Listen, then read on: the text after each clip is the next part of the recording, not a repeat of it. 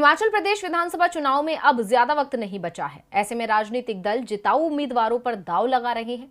BJP ने भी अपनी दूसरी लिस्ट जारी कर दी, लेकिन इसके साथ ही पार्टी के माथे पर चिंता की लकीरें भी पड़नी शुरू हो गई। इसकी वजह पार्टी में छिड़ी जबरदस्त बगावत है। जैसे ही बीजेपी ने अपने पत्ते खोले, वैसे ही नेताओं ने बगावत का झंडा बुलंद कर दिया, जिसका फायदा कांग्रेस को मिल रहा है। पहाड़ों पर जीत का परचम कौन लहराएगा, इसका फैसला 8 दिसंबर को होगा। लेकिन इस जंग को जीतने के लिए राजनीतिक दलों ने अपनी पूरी ताकत झोंक दी है। खासकर कांग्रेस से लेकर बीजेपी दोनों ही पहाड़ चढ़ने की तैयारी में है। लेकिन अब की बार बीजेपी की राह बेहद ही मुश्किल लग रही है। एक तरफ कांग्रेस की मजबूत दावेदारी है, तो दूसरी तरफ खुद के नेताओं की बगावत।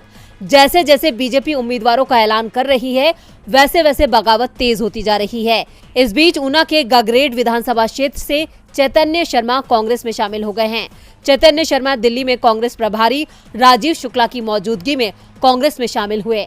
अब ये माना जा रहा है कि कांग्रेस पार्टी चैतन्य शर्मा को गगरेट से अपना उम्मीदवार बना सकती है।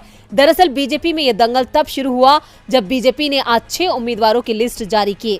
दूसरी सूची में बीजेपी ने देहरा सीट से रमेश धवाला को उम्मीदवार बनाया है। इसी तरह ज्वालामुखी से रविंदर सिंह रवि, कुल्लू से महेश्वर सिंह, बड़सर से माया शर्मा, हरोली से प्रोफेसर राम कुमार, अनुसूचित जाति के लिए आरक्षित रामपुर सीट से कौल नेगी को टिकट दिया गया है।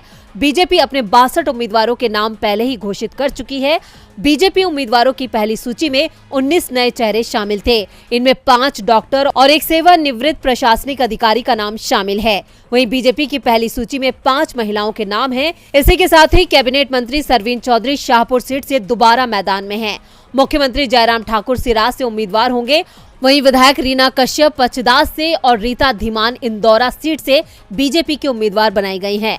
इसके साथ ही बीजेपी ने पहली सूची में एक मंत्री महेंद्र सिंह ठाकुर समेत 11 विधायकों के टिकट काट दिए थे। वहीं 2 मंत्रियों के विधानसभा क्षेत्र बदल दिए गए हैं। इतना ही नहीं, पहली सूची में प्रदेश के पूर्व मुख्यमंत्री प्रेम कुमार धूमल का नाम नहीं था, जिसके बाद माना जा रहा था कि दूसरी लिस्ट में बीजेपी उन्हें जगह देगी, लेकिन पार्टी ने उनका पत्ता काट दिया है। इससे अब साफ हो गया है कि वो चुनाव नहीं लड़ेंगे।